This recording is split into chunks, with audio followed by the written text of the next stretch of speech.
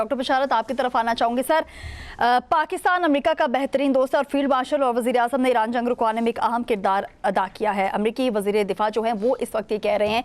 हमने तो अपना किरदार अदा कर दिया है, हम तो आज भी किरदार अदा करने को तैयार हैं और हम चाहते हैं कि ये मुज़ाकिरात जो हो जाएं। लेकिन एक तरफ डोनाल्ड ट्रंप साहब भी पाकिस्तान की तारीफ़ें करते नहीं थकते हैं, दूसरी जानिब हमारी भी एफर्ट्स जो हैं वो पूरी दुनिया उस पर बात कर रही है। लेकिन साथ साथ सर इस तरह के जो बयानात सामने जब आते हैं तो डेफिनेटली दोनों तरफ से जब सख्त बयानात आते हैं तो ये मुज़ाकिरात होंगे कैसे, क्या कहेंगे इस पर?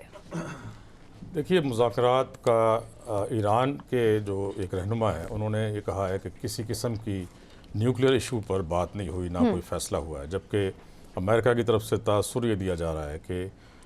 जो एनरिच्ड यूरेनियम है उसके ऊपर कोई मुआहदा हो गया है कि उसको किस तरीके से वहाँ से हटाया जाएगा या उसको ज़ाय कर दिया जाएगा, जिसमें IAEA भी शामिल होगा, रूस भी शामिल होगा। लेकिन इस तरह की किसी भी खबर की तरदीद की गई है ईरान की तरफ से, जो उनका आज बयान आया है।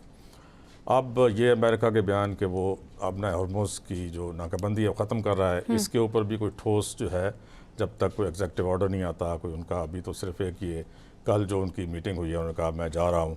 और अपनी जो है अपने वाइट हाउस में कमरा उन्होंने बनाया हुआ है कि उसके अंदर जो वॉर रूम है उसमें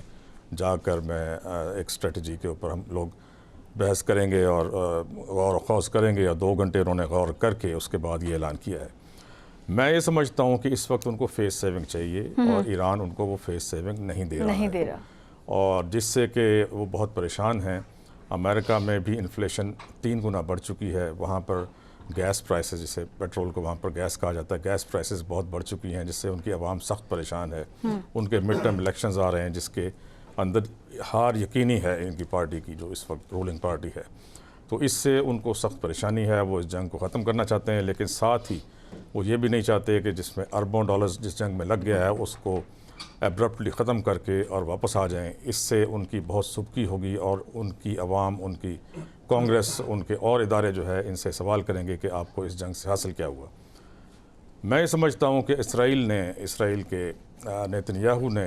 इनको ये बताया था कि चंद दिन के अंदर अंदर इस बमबारी के हम शुरू में ही ईरान की बड़ी क़यादत जो है उसको ख़त्म कर देंगे, उसके बाद हम सख्त बमबारी करेंगे और चंद के दिन के अंदर अंदर वहाँ पर रजीम चेंज हो जाएगी। हमने असला पहुँचाया हुआ है, हमने लोग ख़रीदे हुए हैं जो कि इस रजीम के मुखालिफ हैं, वो जो है टेक ओवर कर लेंगे। लेकिन ऐसा नहीं हुआ।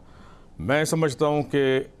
ये भी धोखा दिया गया इसराइल की तरफ से। इसराइल को मालूम था कि इतना आसान नहीं होगा रजीम चेंज करना। इसराइल ने बहरहाल अपना मकसद जो है वो किसी हद तक हासिल कर लिया है। उसका मकसद था जो कि उसके जनरल्स कई इंटरव्यूज़ में कह चुके हैं, दुनिया के सामने रख चुके हैं कि हमारा मकसद एक सिस्टमेटिक डिस्ट्रक्शन ऑफ ईरान है और जिसके ऊपर हमने अपने 80% अहदाफ हासिल कर लिए हैं, जिसमें कि हमने उनके फ़ौजी इंफ्रास्ट्रक्चर को, उनकी आर्मी को, उनकी नेवी को, उनकी एयरफोर्स को ख़त्म कर दिया है और उनकी जो सलाहियत है, जो डिफेंस की सलाहियत है जिसमें उनके ड्रोन्स हैं, उनके मिसाइल्स हैं, उसको भी 60% तक जो है वो तबाह कर दिया है और उनके सिविल एसेट्स को भी, इसमें पुल हैं और कारखाने हैं, उनके साइंसदान हैं, उनके एटमी साइंसदान हैं, उनकी रिसर्च फैसिलिटीज़ हैं, उनको तबाह कर दिया है। तो इसराइल ये कहता है कि हमने अपना मकसद हासिल कर लिया है। हाँ,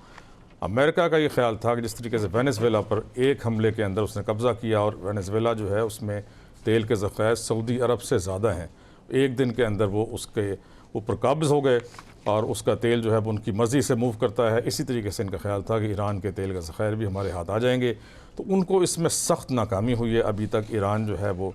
उसने बड़ी रेजिलियंस शो की है और उसने अपने आप को डिफेंड किया है। और एक और बहुत ख़तरनाक चीज़ सामने आई है जो इससे पहले ना अमेरिका ने सोची थी, ना ईरान को उस चीज़ का इतना पता था कि आबनाए हॉर्मुज़ जो है वो कितना बड़ा हथियार है जिसके ज़रिए पूरे दुनिया की इकॉनमी को जो है वो जो है उसमें रिसेशन लाई जा सकती है, उसमें तबाही लाई जा सकती है। उसके साथ ही ओमान और ईरान अगर मिल जाएं और वहाँ पर एक टॉल नाफिज कर दें तो उससे जो है तेल की कीमतें भी दुनिया में बढ़ जाएंगी और भी काफ़ी नुकसानात होंगे। तो अब अमेरिका के सदर का परसों एक और बड़ा ख़तरनाक बयान आया था कि ओमान को जो धमकी दी, ओमान को जो है वो सफ़े हस्ती से मिटा दूंगा, तबाह बर्बाद कर दूंगा। तो अब ये एक नई चीज़ है जिससे कि आइंदा भी इनको वास्ता पड़ेगा। एक दफ़ा इनकी फ़ौजें जब वापस चली जाएंगी तो इतना आसान नहीं होता कि